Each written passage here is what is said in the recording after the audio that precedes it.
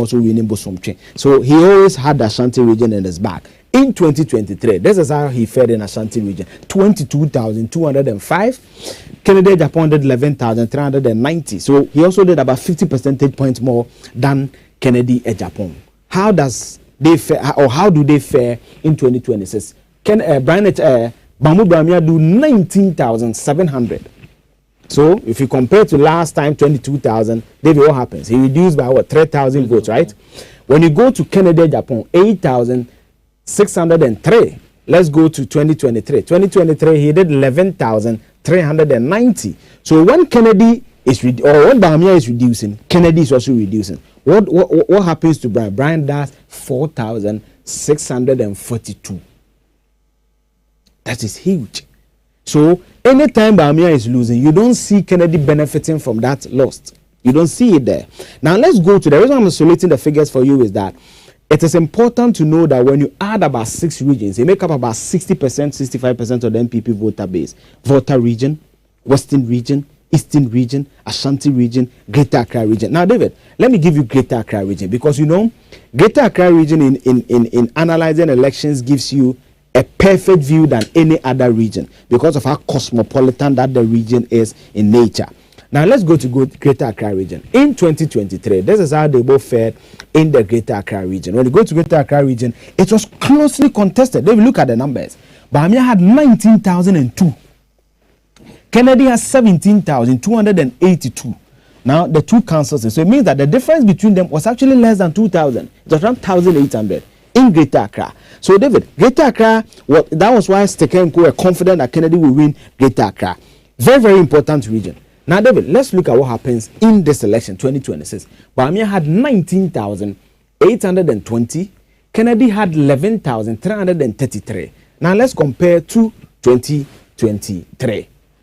19,000, Bawumia maintains his 19,000. What happens to Kennedy? Kennedy reduced by 17,000. In fact, Bawumia increased because in the last election, it was 19,002. This time, he's doing 19,820. So he's doing about 700 or 800, is doing 818 votes better. Whilst Kennedy reduced from his performance of 17,282 to 11,333. So he also reduced by what? Almost 6,000 votes. Then Bryan champion that's 4,914. Very huge. Now, David, something interesting happened. Kennedy, I told you, won the Volta region in 2023. How does he fare in Volta region? Now, David, there's an interesting backstory there. I'll tell you later. This is the Volta region in 2026. Let's go to 2023. In 2023, Kennedy won the Volta region by 5,850 votes. Bawumia had 4,984. So it's a bit, the difference was about 900. Pretty close. Now, let's go to Volta region in 2026. In 2026, Bawumia does 4,093. He did what? 4,984 in 2023. So he does around though he reduced around the 4,000 figure. Kennedy, shockingly, from 5,850 comes to 1,982. So he reduces by almost 4,000 votes. Now, where does it go? I told you Bawumia reduced by somewhat 900. Kennedy reduced by 4,000. So almost 4,900. Bryan has 5,234 and flips the region. Now, what is interesting is that when you even do a constituency analysis, and here is the graph, but because of time, we have the breakdown team has the constituency by constituency election results. The trend you notice is that in regions where Bawumia is losing, say, 14 votes, for example, Kennedy doesn't have it. So, for example, when you take a constituency like Bosomia in the Ashanti region, Kennedy won it in 2023, Bawumia flipped it in 2026. So, it seems, based on the regional breakdowns that we have so far, the analysis is that the NPP delegate didn't see Kennedy as the one to unite the party of a certain sort, be the one that is the alternative to Dr. Mahmoud Bawumia, because in places where Bawumia was losing, they were not giving the vote to Kennedy, they were giving to Bryan the champion. Now, David, there's something also very interesting that is happening here. When you look at, for example, a region like the Bunu region, which is very key. You know the Bunu region is Sunyane. So, for example, if you don't know the Bunu region, that is Sunyane East, Sunyane West, We have Doma West, Doma East, Doma Central. They have, so I've had 5. They have about 11 constituencies. They have Brekum East, Brekum West, that enclave. This is how they voted. When you go to Bunu region in 2023, they will look at it. It was 2,326 for Kennedy Japan, 3,977 for Dr. Mahmoud Bawumia. In this election, Bunu region, Kennedy does 1,600 and something, Bawumia does 4,265, and Bryan Echampo does 1,291. So anytime Kennedy is dipping, Bryan is picking those votes. Yeah. Anytime Kennedy is dipping, Bryan is picking that vote. And in fact, David, Bryan did so well in the northern regions. That's also an interesting trend the data is pointing to. For example, when you pick the northern region, Bryan beat Kennedy Japan. 1,594 for Bryan, Kennedy did 811. When you go to the Savannah region, Bryan did 552,000, Kennedy did 403,000. Very interesting. When you go to the Upper East region, Bryan did 1,741, Kennedy did 1,208. So even in the northern region, Kennedy couldn't penetrate. Bryan showed a lot of fortitude. Now, David, there's my analysis here. Looking at the percentages, yes, I mean, when you look at it percentage-wise, Bawumia, as you said, declined. But for me, David, this is why I think that Bawumia should not be too worried or should be worried.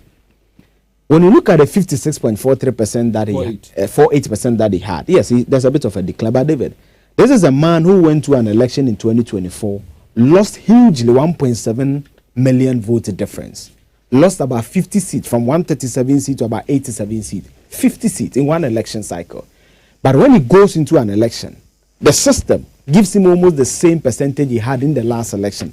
That tells you that they believe that he, one, may not be the issue. They believe that if they present him again, he may have a better chance. They believe that maybe he needs that second chance that everybody needs. I don't know, David, if you get me. Yeah, I do. 2, it also tells you that whatever strategy that Kennedy deployed that worked from 2023, Bryan was able to capitalize on it. Outsider enchantment, those who were dissatisfied with the system, the Alan Tremantin team have now found their smoothness level. They formed a political party. I'm a business and I'm rich. Bryan comes in and said, I'm equally rich. I'm equally a businessman. In fact, the delegate will not come to you. Come to Rock City. Sleep over the weekend. He did a lot of training for them. Yes. Look at what I've done. My software, every bank in Ghana, every insurance company in Ghana uses my software. I have digital footprints in Sierra Leone, in Liberia. So I'm equally rich, but I'm a unifier. I also don't talk tough. And that is why Musa Dankwa will tell you that on that particular Monday, Kennedy did Bawumia as a liar video. Per the tracking numbers, they saw Kennedy going down. And that was 2 weeks prior to the exactly. So it tells you that he was able to position himself that well. So David, if I'm Dr. Mahmoud Bawumia, the 18.53% of Bryan is amenable. Bryan is not entrenched based on the narrative that we picked. It will be easier to win these 18 percentage points more than, for example, Kennedy getting 40% and going into them because they have more entrenched positions. That's why I've seen some of them saying that they are going to pick NDC cars and all that. So for me, if I'm Dr. Mahmoud Bawumia, I will not be too worried about the percentage. I will look at the increment. For example, he won 19 concerts Greater Accra. Now he's doing about 32. So it seems like his victory is also regionally spread. So it's not as if it's just the northern region or the southern region. It's evenly spread. Now, for me, what he must do immediately is that I believe he must start the overtures. Yesterday, I saw Dr. Educhum going into his house and everything. I think that he should go to Kennedy. He should go to them because they did for nothing at all. Kennedy holds 20% stake in the current decision-making entity of the NPP. Bryan, because of his close proximity to Bawumia, we all know that. Some have been saying that he was planted in the race to be able to dilute the vote of Kennedy. I don't believe that. I believe he is just preparing himself for 2030, 2032, 2036 and all that. So, David, it's a chalk and cheese. I'm not worried about the 56.43%, though it defeats the pattern. This is the pattern I'm talking about. It defeats the pattern. Now, that also tells you that Bawumia, so if you are drawing the graph, for example, Bawumia will be somewhere here. It's not normal because Kufuor went up, Akufo-Addo went up and kept going up. Bawumia has come down. It tells you that you don't have the same domineering control over the party like Akufo-Addo had. That is why Afuku could go. That is why Kwame Japan could go. You don't have that. Therefore, your tone, your posture, that of your supporters and everybody must be reconciliatory. Because if these people say that they are sitting on the fence, this is 4. So it means that you just have 6 out of the 10 people within the NPP who believes in your leadership. 4 do not believe in your leadership. You have 3 years, and I believe that is the strategy he must deploy. That how he awaken these 4 people to believe in him, so that by the time they are going into the election, at least, even if 8 believes in you, you win. Because David, let's not forget that even when Akufo-Addo had 70, almost 80% in NPP believe, they lost 2012.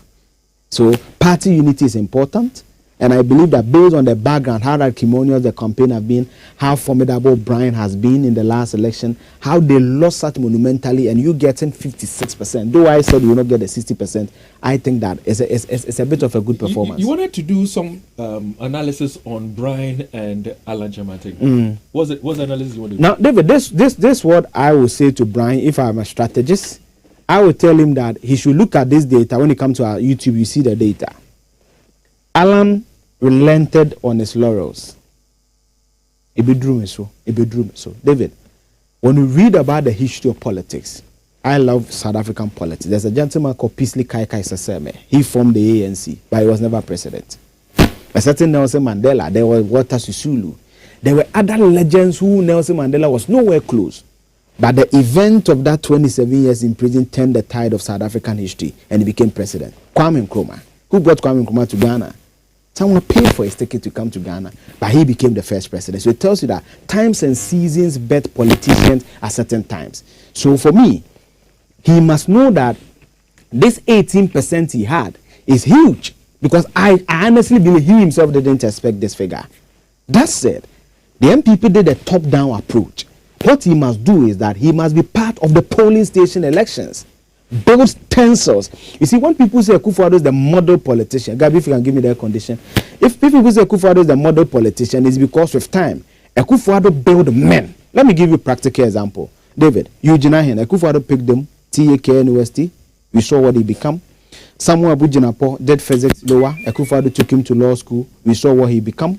Oslo Wiswaku for his law firm, we saw what he become. Asenso Boachi, we saw what he become. Perio Kujeto took him to school, we saw what he become. You've heard the story of Abai Fakabo when he was baggled in London, met Akufo-Addo, he became his boy, we saw what he become. We've seen the likes of Mustafa Hamid, picked him spokesperson 2007 UCC, we saw what he become. David, anytime I analyze the election, I tell you that the 3 key important ingredients going into an election is strategy, resources, and the resources are breaking down into cash and people. They will look at the people Akufo-Addo built that have gone to Bawumia. These are men. These are people who owe allegiances to Akufo-Addo. These are people who owe allegiances to Bawumia. That is what Bryan must do. He must fund parliamentary candidates. He must fund polling station executives so that he has a certain allegiance, people who owe him stuff. You've seen the audio of... And indeed, he's done the same from previous elections, where he even, during his campaign for this, he told his people, the delegates and the party supporters, that listen, I spent so much, and he mentions the amount of money involved, millions of Ghana citizens, into helping the party. He said the same things. No, but what I'm driving at is this. If you listen to Musa Dankwa after the elections on Saturday, and he tells you why Kennedy dipped the way he did, and he says, well, I'm giving a caution to Kennedy, that if, and for me, I think that at this point in time, Kennedy, I don't believe in the next delegates. No, I don't think he would contest anymore. David, there's something. You see, why Kennedy dipped are 3 things. You see, per my calls on Saturday, there are people who believe that after he got the 37%, he didn't even go back to the people to say thank you. And David, the elements that were present for Kennedy to win. I mean, 2020, the economy was bad. He preached an outsider thing. Now, Bawumia camp in 2020 are countering it. You are not an outsider. You were on a board for 8 years. Your wife was on a board for 8 years. You had contracts. They released Kennedy's contracts out there. The amount of money is had from the finance ministry. Even the NDC paying him. You saw the likes of Kwame Japan saying that you are the biggest beneficiary of Akufo-Addo's government. Nobody benefited the way you benefited. So you cannot come in and rub it on our face and say that you didn't benefit. So in 2023, because they were in government, they couldn't say certain things. But in opposition, it's like, if you want to attack our man, we will attack you. And I also felt that his strategy on that particular day, that video, and I wish I had a screenshot here. I did my personal video on critical analysis, and I said that he had destroyed his campaign. That was the caption I put on the video. And I think it's going to affect him going forward as well. Because David, Musa it did affect him even before. Because David, you see, you know why? Musa Dankwa data proves it. You realize anytime you did analysis, March, August, September, October, November, Bawumia was doing 1% increase, 2% drops. Kennedy had momentum. Immediately that thing happened. He just knows that. When you look at the data. So for me, it also tells you that going into an election, keep the momentum. You can say whatever you want to say about Dr. Mahmoud Bawumia. But when did you see a video of him doing that particular style so one of thing campaign? People also have said that when Kennedy was rising, people were like, he's immune to the Gen Zs and the younger because of how blunt he is, but he's brutally truthful sometimes, and his language I can safely say is abusive to the largest extent. He said, they just want jobs, so if he's preaching jobs, they will vote for him. How does that affect our thinking in the political campaigning? The data answers it. You see, I misanalyzed Kennedy, but there is the day I saw that my analysis that the third one by me will win, he will not get 60, but Kennedy will do well. The day I saw my misanalysis on Kennedy was this: when Mr. Dankwa polled, he reviewed a very interesting data that David I missed, and I had to go back later to get that data. I have the data here. Let me just get it for you. When you look at NPP's delegate structure, those who went to vote, 43% are JHS, 34% are SHS, tertiary is 12%, and non-formal is also about 11%. In fact, when you look at the age demography, NPP have more aged people as delegate than youth. And most of these people are conservatives. They are not susceptible to change. They are afraid of change. They are afraid of the unknown. So they like to just keep the pace. So for me, that played NPP. Exactly. So the top-down approach played. That is why I kept saying that if Bawumia wins, because of the delegate system. So that delegate system, its demography, its characteristics, played in the favor of Dr. Mahmoud Bawumia. All right. So that's what, for me. I will say this. I've said this subtly, but I'm going to say this based on what has happened in this presidential primaries. I think that going forward, it's going to be difficult for Kennedy to bounce back to make any meaningful impact in any presidential primaries going forward.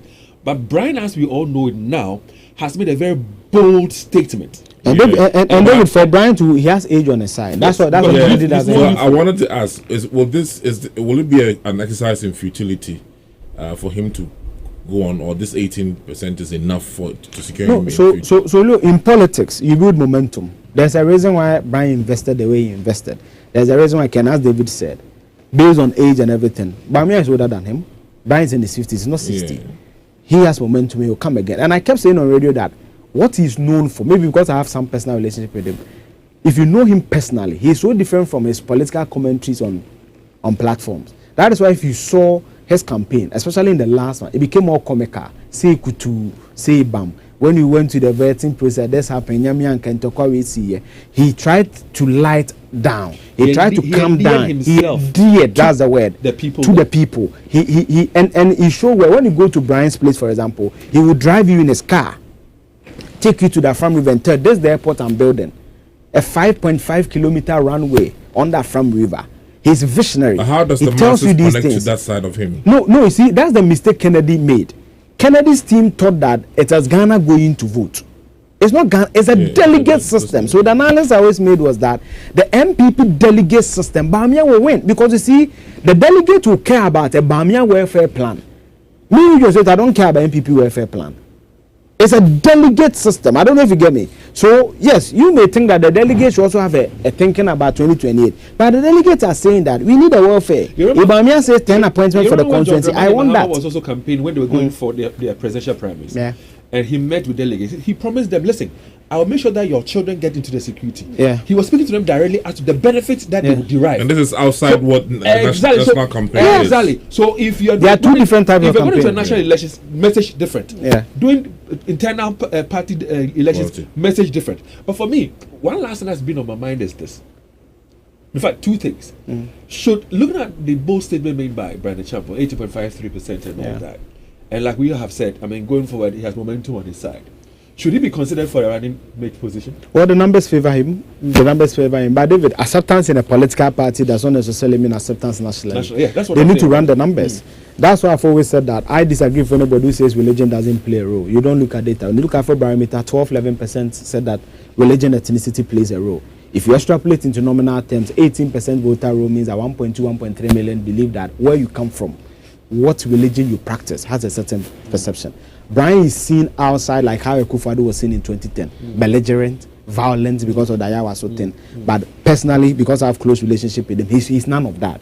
So they need to test him nationally. For me, I've always maintained that the ideal running mate the NPP should go for Lele Day is Kwamdeje Japan. And that's a simple one. He has the most experience among the current crop of 5 people. He has the institutional memory of all the 5 people. He's worked with all the candidates. He worked with Edu Buahim, lost, went to Kufuor, 96, worked with Akufo-Addo, worked with Akufo as press secretary for 6 years. In fact, in 2020, it's not for nothing that Akufo-Addo brought him to join his campaign. When he lost 2024, we saw how the camaraderie he built to Dr. Mahmoud Bawumia, went almost everywhere with him. He talks well, he communicates. When you compare him to Napo, is a gap.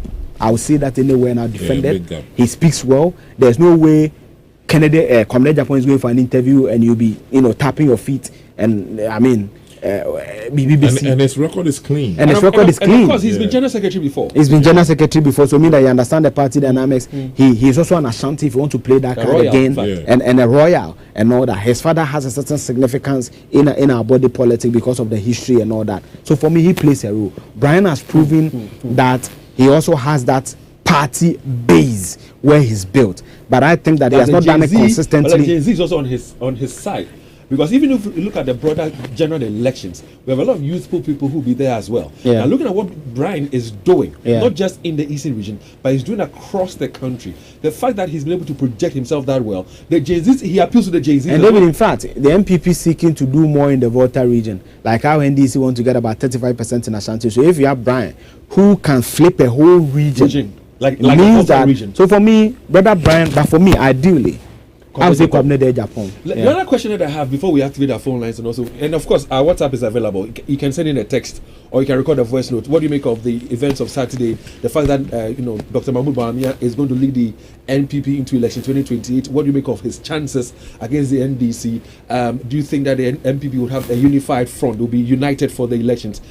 If you look at the performance of Dr. Mahmoud Bawumia in 2023 in the Ashanti region, and then his performance in 2026 in the Ashanti region, and then you look at his performance in the general elections again in the Ashanti region, comparing that to previous elections where we are being told that this is the base of the party, this is the stronghold of the party, and we're told that in the last elections, general elections, Ashanti didn't come out in their numbers to vote. But looking at the primaries and how he led commandingly, is that to suggest that the Ashanti region is now okay and they're going to come out in the general elections of 2028? Last Saturday, I had this conversation with someone. I was struggling to get where the NPP says 2.1 million of our people didn't vote. It's as if they believe that they have 6 million. None of them have 6 million. NPP, they don't have that figure. I believe the 2.1 million, we'll certainly have NPP in there, but I believe that there are lots of floating voters people, or people who are not affiliated to any of the two people who didn't vote. Now, David, let's look at the numbers, because only the numbers that can help us. When you go to 2023, in Ashanti region specifically, he won 44 constituencies, as I said. Go back to the 2023. Yes, here we are. He won 44 constituencies out of the 47. This time he's winning 45. So you can say that in terms of constituencies, he's done better. He had 22,205. Then Kennedy had 11,390. Now this is it. He's doing 19,820.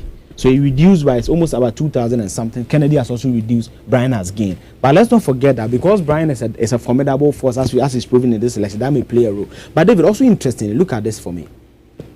Of the 213 people that were supposed to vote, the total valid vote cast was 196,562.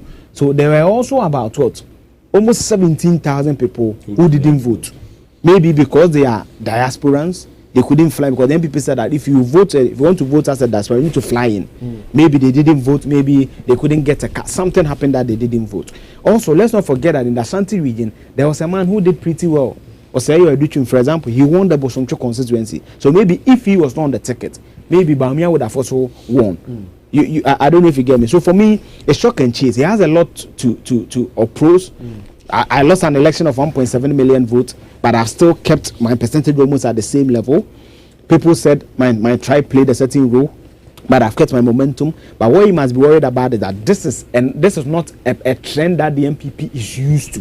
This is also a reason to tell him that He needs to make a lot of overtures. They need to come together. There needs to be a lot of reconciliation before he can. And you're talking about working towards unity. My other question, and then we activate the phone lines. In fact, let's activate the phone lines on 0322083596, 0322083597, and 0322083598. You can call us now. If there's anything you want clarity in terms of what Eugene has touched on, you want clarity, Eugene is here to give you that kind of clarity. But now the NPP has a messenger. Yeah. Going into 2028. Yeah. Do they have a message? Well, the message so far will be about the economy. David, I'm one of the people who believe that any election in the world today, when you look at what happened to the ANC in South Africa, we read the EIA report on economy. When you look at what happened to Botswana, in a party that has been in power for almost 60 years, losing and having only 3 seats in parliament, it's economy. Or even Trump, they compared Biden's record to that of Trump. It was about the economy. So far as we speak, the NPP will have some message, because the economy was also pretty bad from 2017 to somewhere around 2019 before it tiptoed and all that. But for me, I've always said that it is 3 reasons why the NPP may come into the 2020 election. Mahama performing abysmally, the economy nosediving after the IMF leaves, and how they themselves will unite. Because if Bawumia said, Bryan, Ekabuma, they will make a better fist in the election. So it will be dependent on how well Mahama will govern and the state of the economy by 2020. All right, so we're still, here in the studios of Love 99.5, and so you can give us a call now, and let's hear you. Let's start out with Nana Kwame, who's on the phone lines right now. Nana Kwame, good morning, and thanks for joining us. What's your contribution? Yes, good morning. How are you? Yeah, we are fine, Nana. Yesterday I saw you at Menchia. Yes. David, NPP, you spoke about how they are going to unite. But let me say something small about that unity thing. Unity in NPP is very fake, very cosmetic.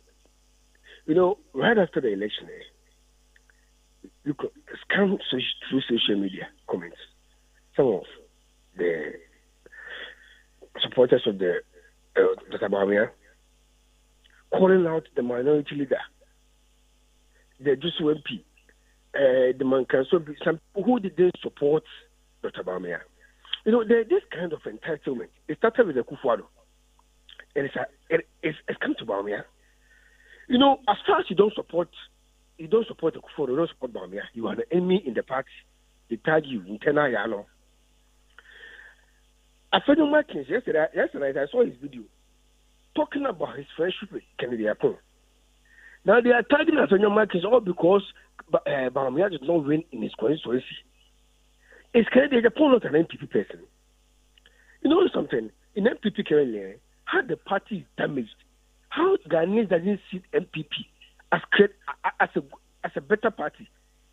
And looking at the way NDC is governing now, the just MP should be the leader of their communication. It should be the face of NPP communication, not Miracle Abuaji. Miracle Abuaji, when he speaks, NPP lose 38.2 votes when he speaks. It's time that people get to know that politics is about numbers. Whether good or bad numbers, you need power. You need everybody. Going into the primaries, there were a lot of things said. It's not only Kenya who said that. A lot of people around Bawumia, look at what the Sokore MP want to do in Ejuso. You want to somebody's constituency, you tell them that there are 2 MPs there. And you know what? They are started planning. Very soon you will see the cracks are. So Nana Kwame, you think Bawumia cannot unite the party once that he's gotten the nod? Oh, he cannot. Even if he will do, the people around him that he surrounded himself will not allow it. Right, thank you very much, Nana Kwame. 03220-83596, 83597, 83598. What do you make of the elections of Saturday? What do you make of the chances of Dr. Mahmoud Bawumia going into 2028? What do you make of the party itself uniting? Give us a call. Kofi Bedu, good morning. Good morning, Dave. You see, I asked a lecturer who appeared on the show on Friday that if your prediction does not come true, how will you expect your student to take it? And he gave an intriguing answer, which is very good. He said that every successful person is not afraid of taking risk. So this is also part of it. It's also one lesson. You see, I don't actually believe in scientific and spiritual opinion, but I believe in scientific results. That is after the election. And the winner, in this case, I think the scientific winner in their election is Bryan. I mean, he's preparing himself for 2032, and he has taken a bold step. So scientifically, he has done so good. But let me also put it here that, I mean, knowing Bawumia and them having the Bawumia as the after bearer, it's a crucial for we in the NDC. So it's a victory for NDC. Thank you very much. All right, that was Kofi Bedu there. Thanks very much for joining us. Leo, do your thing. Good morning, Uncle Dave. Ruben is my name. I think this NPP primary election was a disaster, very disaster, because all the contestants or the candidates are not just good. They are not good, except Dr. Bawumia. But he is not marketable. He will never lead the NPP into a victory in 2028. So the better NPP forgets about 2028 election, the better. They cannot, they will not. Good morning, Dave. That is Isaac. We congratulate Dr. Bawumia for emerging victorious. But I mean, most of us knew he was going to win. The prophets that came to talk plenty, we knew the results. And if you're a prophet, you want to engage yourself in politics and football. When you big what? I don't get it. Stay away from those things. And Dr. Bawumia, he must make a trim his running mate, not the other person he brought the last time. He must make a trim his running mate. And he must try to bring the base of the party together. Most people are disgruntled. A lot of us were relegated to the background. If he wants the base of the party to support him, he must go down and try to bring the people together. And they must not now come and lie, tell lies about the economy. We Ghanaians are, discerning now. They should come and tell us what they will do differently. Because they say,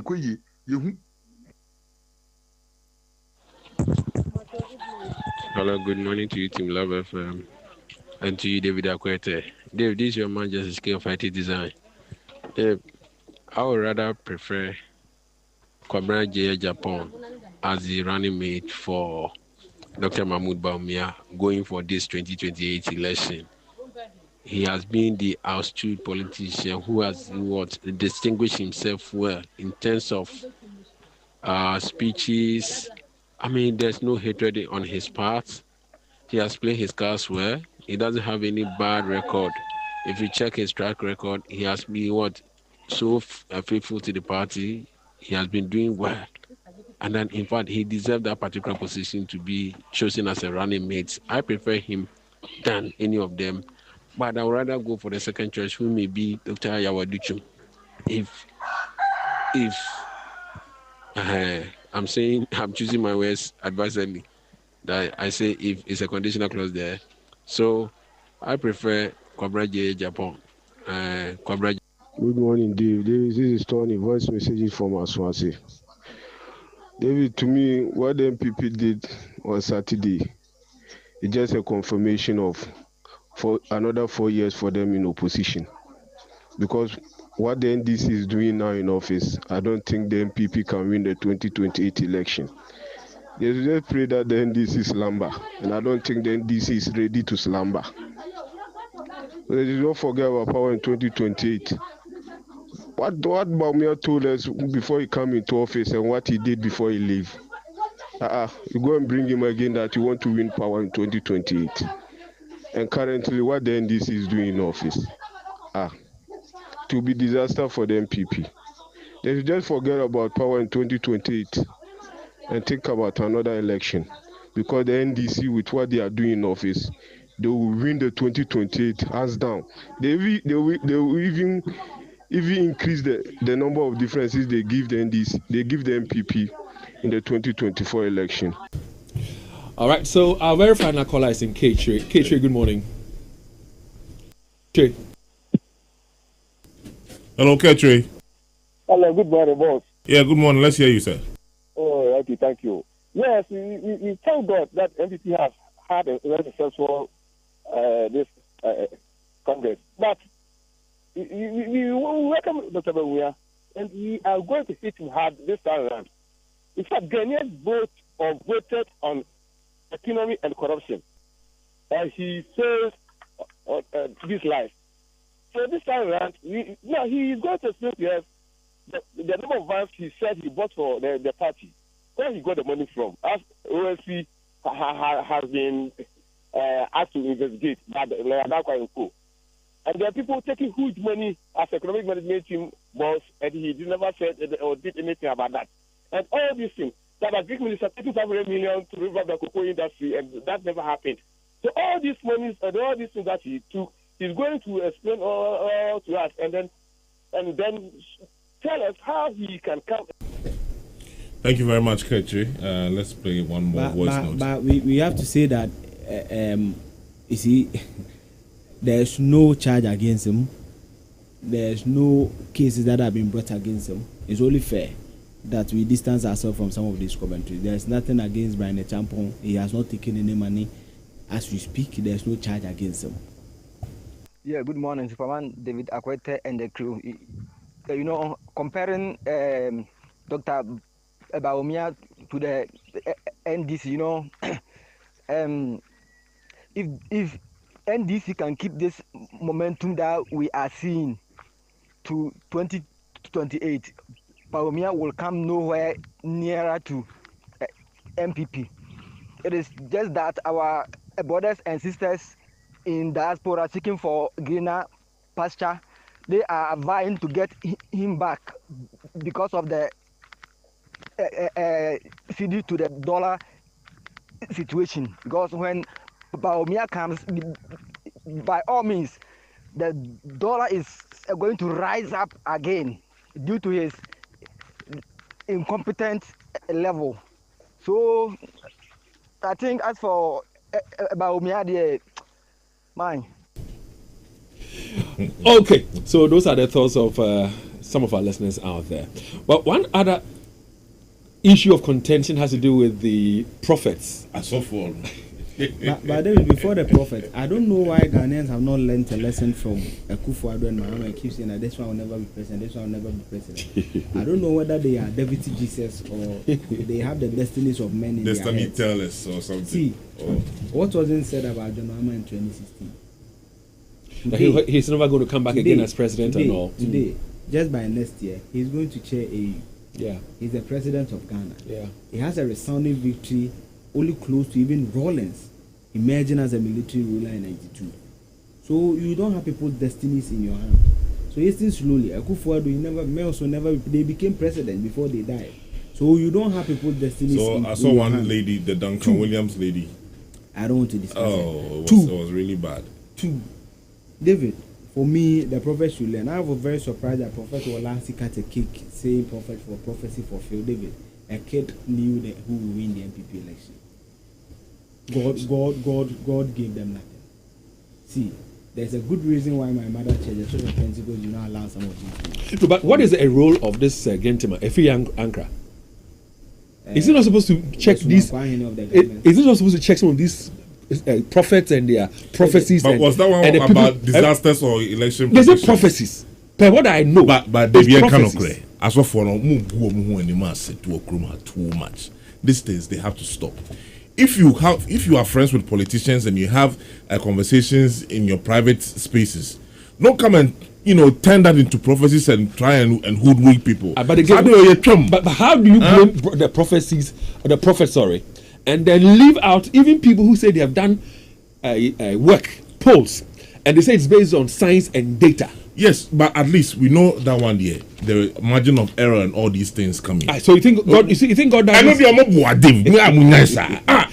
asking a question. I understand, but these things they are disgracing. So we had about 11 to 12 people. These are some of the reasons why people are going against Christianity now. Because the people who are leading. What about the other prophets who prophesied and escaped to pass? It's very predictable. They escaped to pass. 2-year-old kid crowd will look at this election and can call who will win.